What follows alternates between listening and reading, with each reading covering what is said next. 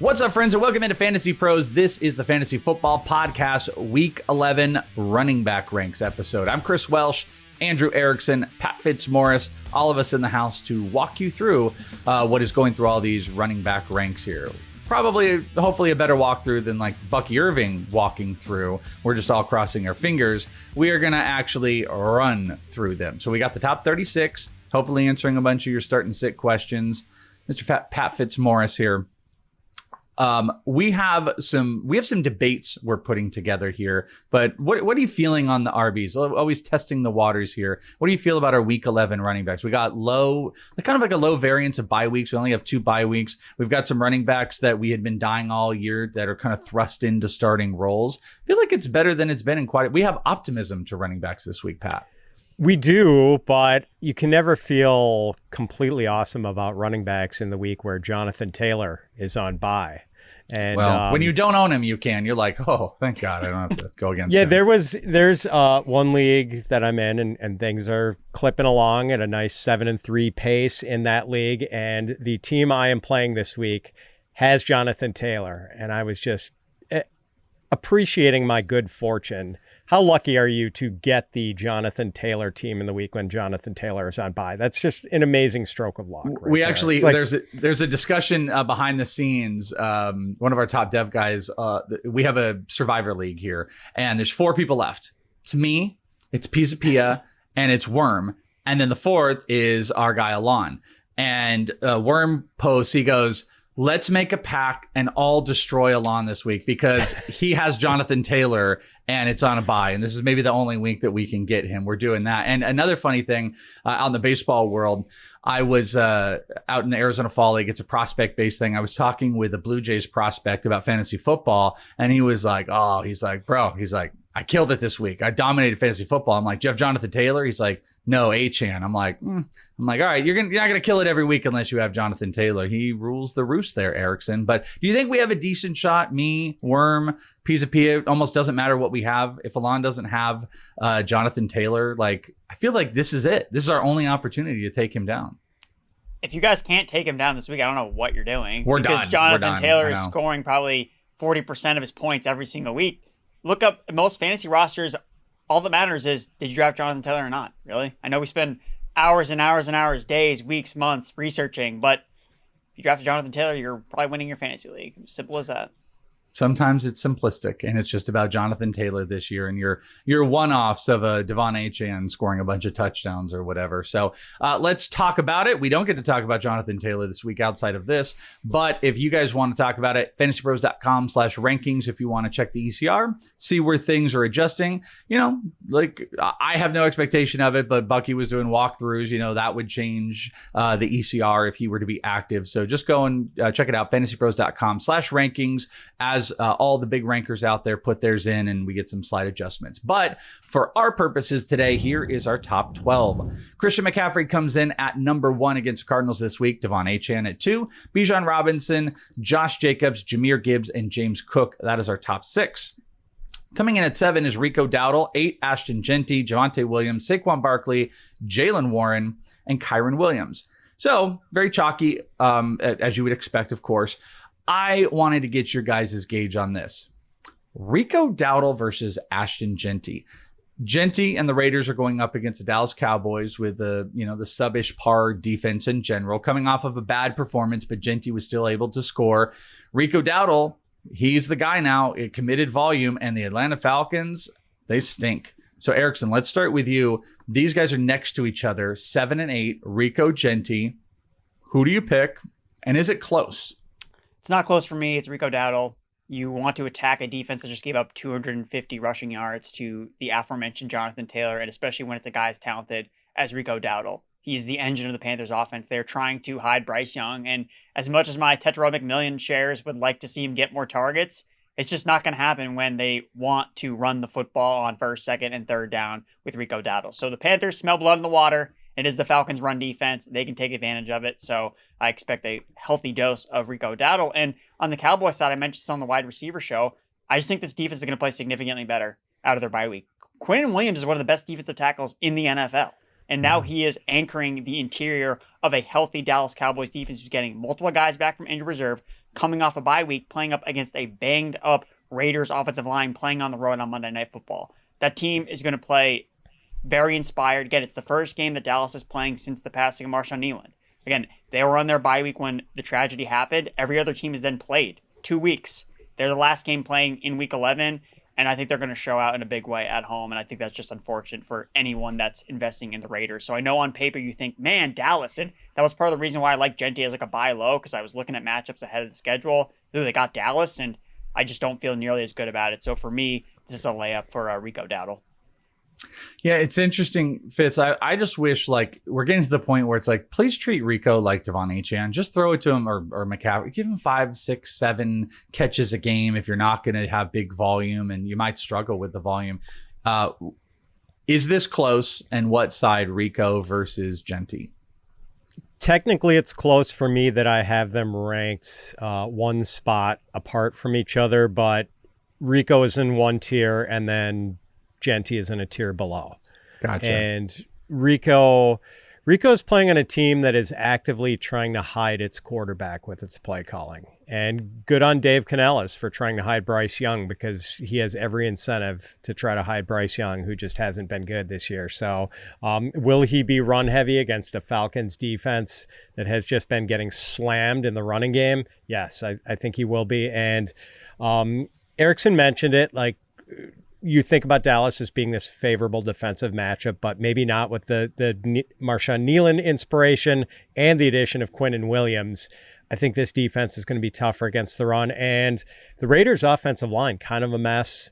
No Colton Miller, their best offensive lineman. They just lost Jackson Powers-Johnson in a key interior lineman. So, yeah, as much as I like Jeanty, it's just not not an ideal spot for him. You're playing him no matter what, because there is dual run catch usage there, but I like Dowdle a lot more this week. Yeah, we're talking about RB1s for sure. If you take a look at the list and you're like, who's the guy that doesn't fit the narrative normally? It would definitely be Jaylen Warren coming in at 11 on this list. He doesn't live in this world a whole bunch, but Cincinnati Bengals, the defensive matchup. And this was kind of teased a little bit in the wide receiver episode. So Fitzy, why don't we start with you? You do have him at 13. You're a tiny bit lower. Erickson's right at ECR, but I felt like there was optimism in conversation when we had talked about Jaylen Warren. So Fitzy, what's your take on Jaylen Warren this week? I think there is optimism. Great matchup. And Mike Tomlin has sort of hinted at wanting to get Jaylen Warren more touches, saying something about if they just convert more third downs, they'll be able to get him more touches. I think Warren is a fine play for fantasy in week 11, but he just isn't really a true workhorse, because Kenneth Gainwell gets somewhere between 33% and 50% of the snaps every week. So dual usage also for Warren. He runs well, catches passes, but he just does not have that backfield to himself. Erickson, what do you think? I feel like you were kind of spewing some of that optimism of Jaylen Warren. I think you've got him right at ECR here at 11. So what do you think? Running back one with a level of comfort this week, or with a caveat?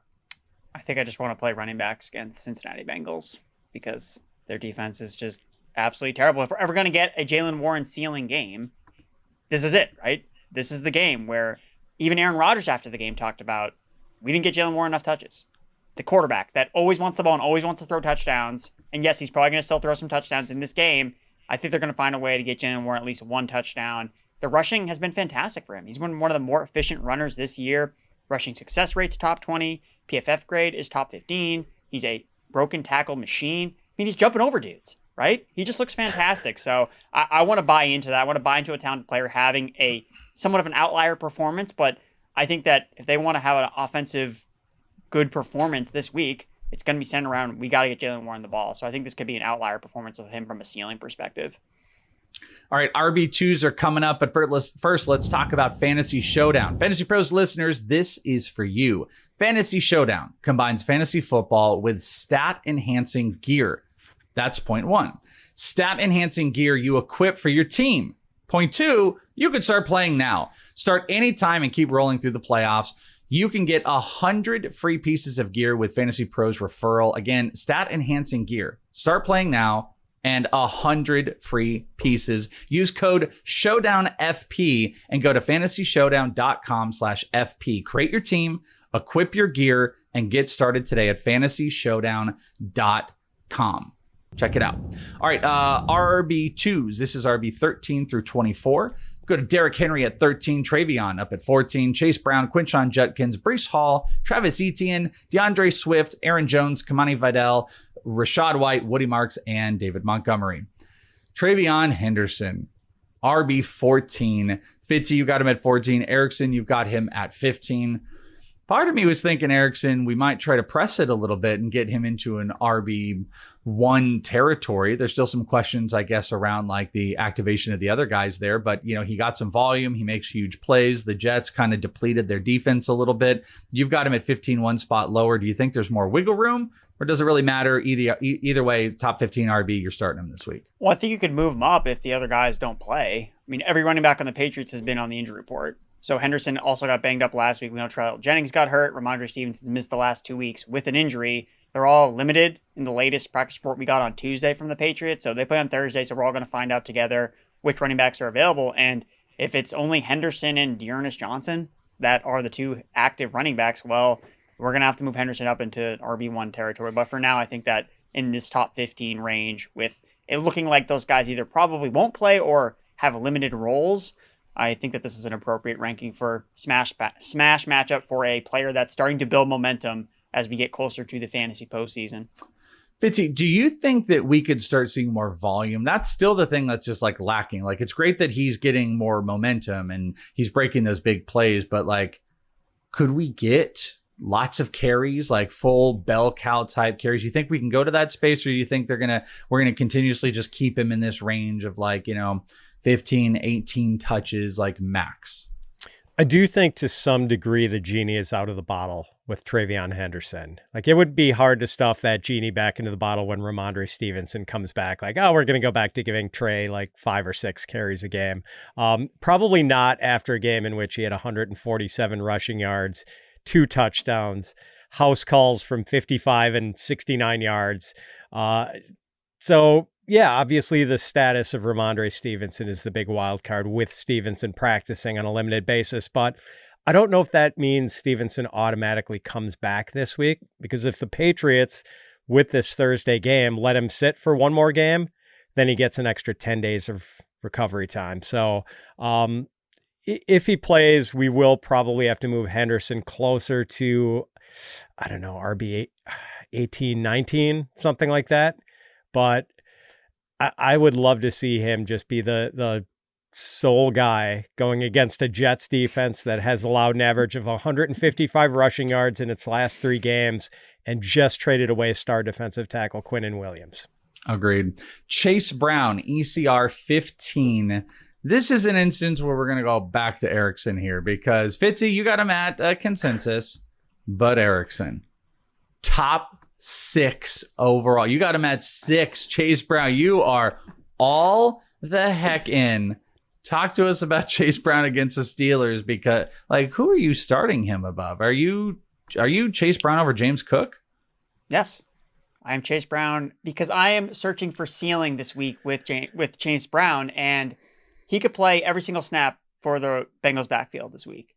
Samaje Perine got hurt in the last game that we saw the Bengals, and in that game, Chase Brown played 96% of the snaps. He saw 14 targets, 8 passes for 75 yards because he was playing on third downs, because Samaje Perine was not involved. So what do we know? That's one of the most correlated things in terms of fantasy running back production is just total snaps played, total touches. And if there is no Samaje Perine, then Chase Brown has a RB1 overall finish in his range of outcomes this week against the defense that he has his only 100-yard rushing game against this season in the Pittsburgh Steelers. Kamani Vidal looked like LaDainian Tomlinson against the Steelers defense on Sunday Night Football. So yes, am I being really aggressive with Chase Brown's ranking here? Yes, but it's because I think that his ceiling this week is that of a top 5 fantasy running back because of the potential bell cow usage where he's playing nearly every single snap. It's a matchup that we've already seen him expose, and he's involved in all 3 phases of the game in terms of rushing and receiving, and he has touchdown equity because he's an explosive running back. So I think that ECR is lagging. And Fitz, I mean, Chase Brown, we love Chase Brown. Like, why can't we get this guy up at least above consensus? Yeah, are you not as hyped about Chase Brown and the potential volume in it? I will say, I think in the wide receiver episode, Fitz was pro T Higgins. So if I remember this correctly, that maybe you think this is going to be done a little bit more in the air than it is on the ground? Maybe that's part of it. And I do like Chase Brown a lot. I am not quite drinking the Kool-Aid to the degree that Erickson is, who is not just drinking Kool-Aid, but like Kool-Aid laced with ayahuasca. Party punch. Chase Brown. He's got some party punch. Yeah, so he's gone over 100 scrimmage yards in 3 straight games. And as Erickson mentioned, no Samaje Perine. So Chase is probably going to have the backfield to himself, minus whatever snaps the Bengals want to give to rookie Taj Brooks. And when Brown faced the Steelers a couple of weeks ago, he had a season-high 108 rushing yards on only 11 carries. Bengals are averaging 32.8 points over Joe Flacco's 4 starts. I totally get that the setup looks pretty good. But I will say the Steelers' run defense has actually been better since the early part of the season when they got gouged by the Jets in week 1 in that crazy high-scoring game. In their last 6 games, the Steelers have allowed under 100 rushing yards to their opponents in 4 of them.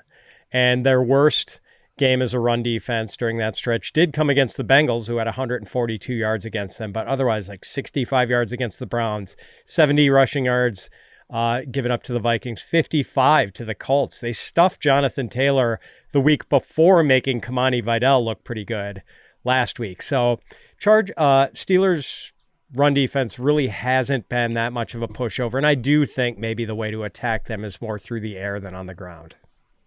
All right, let's go to Aaron Jones. Aaron Jones is ECR 20. You guys are split. Boy, I wish we were talking about Jordan Mason, but Jordan Mason just absolutely cooked, and it is Aaron Jones here. Going up against the Chicago Bears. Fitzy, you got him at 25, Erickson at 18. So 1 positive, 1 negative. Fitzy, you've pushed him outside of RB2. So hit us with your Aaron Jones takes. Yeah, I mean, Do you think Jordan Mason is completely cooked, Welsh? I know Jones outsnapped him 46-16 last week. It was really pronounced. Yeah. Oh, yeah. No, I didn't know if you were like figuratively asking me. I kind of do. I think like they're like not going to use him in volume. The best case scenario is they're like the Ken Walker Charbonnet thing we always use, and he's not used in the passing game. So he gets 9 or 10 carries. There's no touchdown equity anymore, but they seem to want to use Aaron Jones in the inside the 5 in the red zone. They want to use him as a passing down guy. So for all intents and purposes, I do kind of think Jordan Mason is cooked. I think he's cuttable. Yeah, I mean, I get it. I do think Jones is the more valuable back here. I just don't know if we're going to see as pronounced a split as we saw last week, with Jones playing 70% of the Vikings offensive snaps. He hadn't been above a 53% snap share in any other game this season. So I do like Jones just fine in a pretty good matchup against the Bears, who rank 25th in DVOA against the run and are giving up 4.9 yards per carry to running backs. I guess I still consider this a split backfield, but if Jones does dramatically outsnap and outtouch Mason again this week, I'll definitely have to reconsider my position here. Now, actually, you're higher. You got him at 18. You seem to be a little bit on that Aaron Jones side, and maybe that Mason is just nothing. But you tell us, what do you think about Aaron Jones? I just think that he's fit what the Vikings offense has been trying to do when McCarthy's looked a little bit better. It's because I think Aaron Jones is ripping off the explosive runs. I mean, he's averaged over 6 yards per carry since coming back from his injury in week 8. Mason's average is 3.6 yards per carry. Aaron Jones has evolved in the passing game. He had 6 targets last week. And I guess I'm buying more of the snaps last week because the week before, Aaron Jones got hurt again in week 8. So that's kind of why we saw more of a split, because Aaron Jones got banged up again. He was on the injury report entering this week. We didn't even know if he was going to play in week 10. I love the matchup here against the Chicago Bears. I think that they can be had against the run. I mean, they were giving up explosive plays to Tyrone Tracy and Devin Singletary last week. So I think Aaron Jones, when you look at what the Bears have been bad against in terms of defending the run, they're bad against outside the tackle runs, and they're bad against under center runs. Aaron Jones, in both of those types of running splits, over 5.3 yards per carry. He's been really efficient, and I know, Fitz, you've seen this before with Aaron Jones. He misses half the season, comes back, has fresh legs, and he looks really, really good. So I am buying into Aaron Jones a little bit here. And if you just look at the 3 starts he's had where he's played fully with JJ McCarthy, he's been a top 20 fantasy running back in all 3 games, including one against the Chicago Bears in week 1. All right, last one on this list, Woody Marks, ECR RB 23. You guys are in agreement, so this isn't like, you guys have to battle each other's takes or anything like that. I think if anything, this is just more of a discussion piece of like, is Woody Marks kind of the guy? And is he a trustworthy RB2 moving forward? Erickson, you guys are both at 22. I mean, the rank is a representation of it, but like, do you feel a level of confidence in like what Woody Marks has been doing that you're going to roll him out as an RB2 or even a flex? I can't think of why he wouldn't be somewhat confident just based on the fact that he dominated the snaps last week. He had 78% snap share. They really didn't use Nick Chubb that much. Now, part of me does believe that might be related to game script because the Texans were getting blown out against the Jaguars. So obviously you're going to have your pass catching back play more than Nick Chubb, who's really only used on early downs. And the fact that Chubb was on the injury report this past week. So maybe he wasn't really involved as much in terms of the game planning. That being said, Marks checked off every other box, right? And we also know he's the better running back at this point between him and Nick Chubb's career. So although I think that we do see the snap share probably get a little bit closer between 15% for Chubb and basically almost close to 80% for Marks last week, especially against the Titans, where you're expecting the Houston Texans to probably play with a positive game script. They don't necessarily need to push the offense so dramatically because they know that the Texans defense is just going to shut down the Tennessee Titans and Cam Ward. So that is kind of in the back of my mind, but everything else, it's like, I guess don't overthink it, right? It's a good matchup. Woody Marks has already performed in this matchup before against the Tennessee Titans. He had a great game against them earlier this season. He's coming off the season high in snap share. He looked efficient. And he catches passes. So if for some reason the Titans come out, they get a pick 6, they get a fumble 6 for a touchdown, they're winning the game and we're freaking out, then Woody Marks can still be involved. So I think that he's a strong RB2 play this week. Fitz, I thought it was interesting when Erickson said about like the game script maybe playing, like could that be part of the role? So your take on Woody Marks? Yeah, Erickson framed it really well. Obviously, we do have to look at the game script, and that was undoubtedly one of the reasons the workload split was so pronounced with the Texans in catch-up mode against the Jaguars, and as we know, they eventually did catch up. So still, I think the usage spike for Woody Marks last week might possibly be a little stickier than the usage spike for Aaron Jones last week, just because Marks is a rookie, and it sort of stands to reason that if the Texans like what they see from him, they're going to start ramping up his usage and start dialing back on Chubb, who's sort of a known commodity, just this low upside veteran who's had a major leg injury. So yeah, I'm interested to see what the workload split is going to look like this week, and obviously a really good matchup for Marks against the Titans, who have given up the second most fantasy points to running backs. I want to ask you guys just real quick. We were going to kind of avoid it, but as we've been doing the show, I've been kind of peeking around at it. Rachaad White is at 22. Bucky Irving was seen at practice, and I believe also in some practice. He put out a post, of like him, let's go. I think they spoke about him and the expectation of him getting in some forms of practice like Wednesday, Thursday, Friday. Hypothetical. If he were to be activated, what would you do, Fitzy, with him? Would you think that maybe they ease him in and, maybe he still ranks low? Do you think they give him a full work? It's very speculative, and I just want to throw this on the end of this little conversation so you don't have to go crazy into it. But with this, there's a possibility. Where would you kind of put him, and would you have an expectation he's a full go or it's a big share because of the injury? I would say he's not going to walk right back into an 80% snap share, but I would feel good enough about him to start him pretty much unconditionally, and I would want no part of Rachaad White, who isn't good. I mean, like, I had a bad week in the rankings last week. My only good position was running back, and part of why I did well was I faded Rachaad White just because I don't think he's good. Yeah. And Erickson, again, we were talking, we're like, maybe we don't talk about it, but like there seems to be a lot of smoke that's floating around there. I think there's going to be a lot of questions. So just again, general take, are you going to have a hesitation if he were to be activated? And it probably would be like last minute if they did, and even starting him, or would you just blindly put him out? I would start him as a top 20 running back. Play for upside. Okay. He's facing the Buffalo Bills. We've seen them get gashed against running backs this year. And you're going to feel much worse if you watch Bucky Irving go off on your bench than if you start him and he has a bad game or is limited.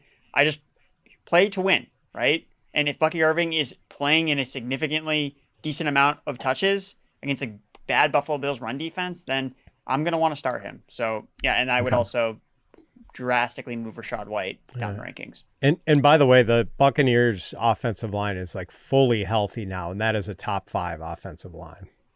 That's a good note. All right, before we get to the RB3s here, it's your chance to dominate your fantasy football league with Fantasy Pros Premium. Now available free for 6 months when you deposit and place your first wager on one of our partner sports books. The easiest way to get full access to our fantasy tools all season long. Go to fantasypros.com/premium to get started. RB3s, RB 25 through 36. We've got Ken Walker and Charbonnet at 25-26. Tyrone Tracy, RJ Harvey, Ja'Cory Krosky-Merritt, Kareem Hunt, Kyle Monangai, Tajay Spears, Tony Pollard, Amari DiMarcado, Jordan Mason, and Tyler Algier. RJ Harvey, I'm actually going to jump around a little bit. This was the one I was talking to Fitzy about off air. I don't know if ECR, or maybe it's a combination, if ECR is ranking him at 28 as a hedge to J.K. Dobbins just waiting to find out the official news. I don't know if this is more about the Chiefs. Fitzy, you have him at 28. But when we get to Erickson, I feel like Erickson has just kind of maybe taken the commitment to saying, like, this is no Dobbins and this is what he is versus the Chiefs. But you tell me, Fitzy, let's start with you. You have him at ECR at 28. 26, actually. 26. Welsh. Am I blind? No, I okay. think we have 28 on here, but you moved him. Gotcha. Okay, sorry. Yeah, just a little bit higher than ECR. And that is factoring in the expectation that Dobbins isn't going to play. And the only reason I don't have RJ Harvey ranked higher with Dobbins out is because I suspect that Sean Payton is going to continue to rotate running backs as he likes to do. So we might see a fair amount of Tyler Bidet and Jaleel McLaughlin too. And the matchup isn't ideal. I know the Chiefs have not been the impregnable running game matchup that they have been in recent years, but they're still a pretty tough matchup. They're giving up the 6th fewest fantasy points to running backs. So, Erickson, you've got him at 20. I think that, like I was saying, to me, this reads of like Dobbins is out. This is where he's going to sit. But you tell me, you're the more aggressive ranker. Is that what this is telling us? Yes. Expect Dobbins to miss. I do expect Harvey to get a little bump, at least in terms of base work, because J.K. Dobbins has kind of been the guy that's been dominating all the early down carries and the red zone work in terms of red zone carries. And I don't think Harvey's role as a receiver is going to change, right? If anything, he's just going to play more snaps. So that's why I have him a little bit higher at the RB20. Again, matchup's not great, but he has the pass catching floor, which has been there the entire time. J.K. Dobbins has also been in the lineup. But now when the Denver Broncos getting close to scoring, I feel pretty confident that it's going to be RJ Harvey that's going to be getting not just goal line carries, but goal line targets out of the backfield like he has been all year long. So again, if this was a good matchup, Harvey would definitely be ranked even higher, I think, by ECR overall. It'd be like a top 15 guy. We would just be like, oh yeah, like RJ Harvey fully loaded. Because I think Fitz is making up a good point that we're going to see plenty of Tyler Bidet, plenty of Jaleel McLaughlin. Yes, he still is on the roster. He's going to be active, and that's going to be annoying. But I think Harvey has shown, or working alongside, I mean, he was playable alongside Dobbins, and Dobbins has been the workhorse for the Denver Broncos. Harvey only has one game this year with double-digit touches. And if you had to make a bet, is he going to get at least 10 touches in this game? I would say yes. So that's why I have Harvey just a little bit higher. It would be cool if we got the big RJ Harvey rollout the week after getting the big TreVeyon Henderson rollout. Yes, it would be cool. But it just stinks it took double-digit weeks, but yes. Well, agreed. That's rookie running. This is what rookie running backs, we're just impatient. We're just like, we get frustrated, and these guys break out the second half every single time, but we just can't have it. We can't wait 2 weeks for rookie running backs to break out in the second half of the season. Caleb Johnson in week 12? I think Caleb Johnson's 2026. Yeah, I think 2028. I firmly disagree, by the way, because I think the rookie running back thing where it was justifiable to take your victory lap and draft them where they're going is once this happens in week 5 or 6. That was like the old like Todd Gurley where it was like 4 weeks and then bam, they go. For it to go through week 10, I don't think you can argue. I mean, maybe we can. Drafting TreVeyon Henderson and RJ Harvey where they went, knowing they weren't going to be super productive until week 10, that's a failure. That's a failure. Yeah. But them being amazing right now shows the work of who they were. We just didn't get the volume. It's not necessarily their fault in that, like, drafting TreVeyon Henderson as a 3rd round pick and him not breaking out until week 10. You could have not drafted him, traded for him off the scrap heap. It wasn't worth taking him and taking the L's on that. So that's like where I kind of disagree, but maybe that's something we have to consider for the future. Maybe the rookie running back gap has changed. The chains have moved. It used to be week 4, week 5, maybe week 6. If it's week 10, I don't know. We need to not be drafting them remotely as close as we were, but we get them. So we get to all celebrate and be super happy about it. Tyrone Tracy, this is actually moving one spot up. ECR 27. Fitz, you've got him at 30. Erickson, you've got him at 26. Erickson, you were on Tracy last week. Are we hoping and betting that we're going to get back into it this week? They've got the Green Bay Packers, though, Erickson. So talk to us about Tyrone Tracy. Yeah, it was really weird watching the Tyrone Tracy usage last week because I felt justified buying back into him. That I thought, no, he's going to take over as the lead guy and see the majority of snaps, which was correct.